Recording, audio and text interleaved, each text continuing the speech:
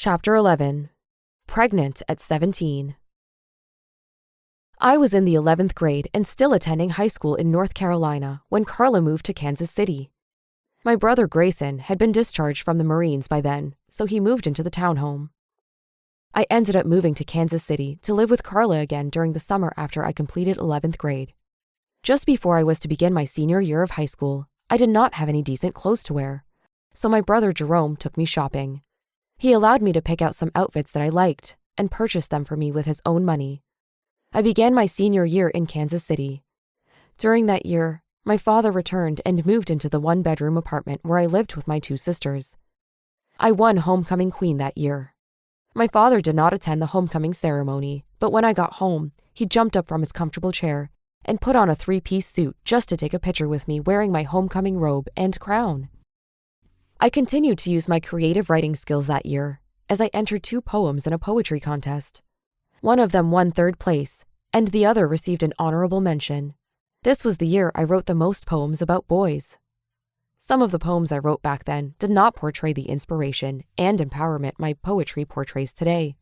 Nevertheless, I continued to write anyway, and by the middle of my senior year, I had a collection of about 70 or 80 poems. One day, I unknowingly left my collection of poems in my home economics classroom. I did not realize I left them until one day while sitting in my economics class, my teacher held up the stack of poems and asked, "Who wrote this poem about life?" When I told her those were my poems, she looked at me with a proud smile on her face and said, "You do have talent, don't you?" During the last days of my senior year, leading up to graduation, several of my teachers wished me luck with my writing, but after graduation, I did not pursue a career in writing. In fact, I ended up becoming pregnant during the summer immediately after graduation. The boy was a friend I knew from high school.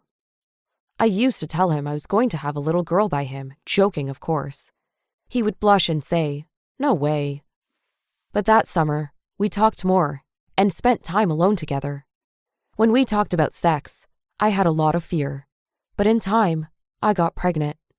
I had wanted a baby since I was 13. I wanted somebody who would love me no matter what.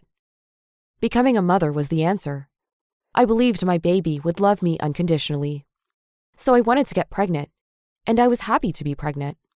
I remember thinking if I was going to get pregnant by anybody, I was happy it was him because he was a pretty good guy.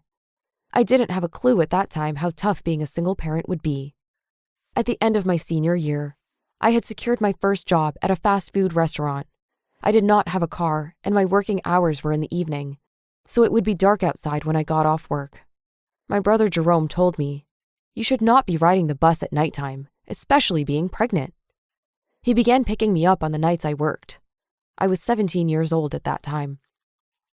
Still pregnant, I began attending a local community college in the fall of 1984. I dropped out of college when I was 18 years old to give birth to my beautiful baby girl, who I named Erica Nicole. Nonetheless, I returned to college afterwards and earned a clerical science certificate. By the time I gave birth to Erica at age 18, I had moved out of my sister's apartment and began living in an apartment on my own. My baby's father had gotten a job that caused him to travel when I was about 1 month pregnant. Then he went into the Navy. I met his mother, Easter May Henderson, during this time, and she vowed immediately to help me. She told me if I needed anything, I could ask her for it, and she would provide it for me. "If you name it, you can claim it," she assured me. She kept every promise she made to be there and provide for me. I know I could not have made it without her help. She was at the hospital with me during my very difficult delivery. After I was released from the hospital, I could barely walk. She took me into her home and took care of me. She did everything from preparing my baby's bottles to cooking and serving me breakfast, lunch, and dinner daily until my body was healed and I was able to care for myself and my baby.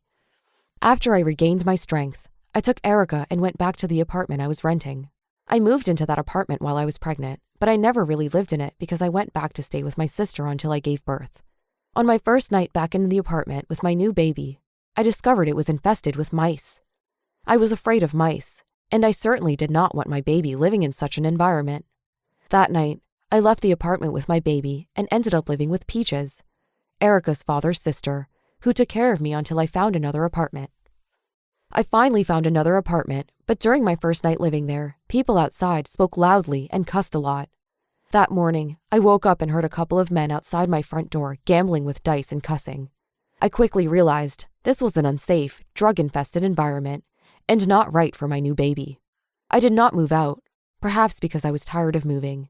Instead, I just began praying for a clean, quiet, safe space to live as soon as possible. It took 6 months, but finally, an apartment manager gave me some favor.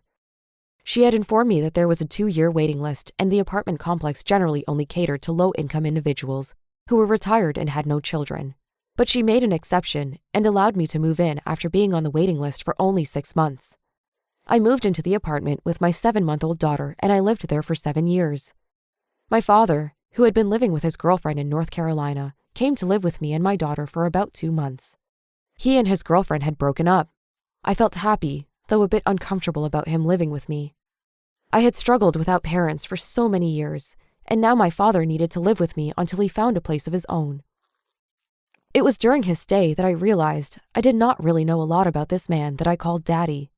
He felt like a stranger in many ways. Feeling uncomfortable, I asked my apartment manager if she had an apartment available for him.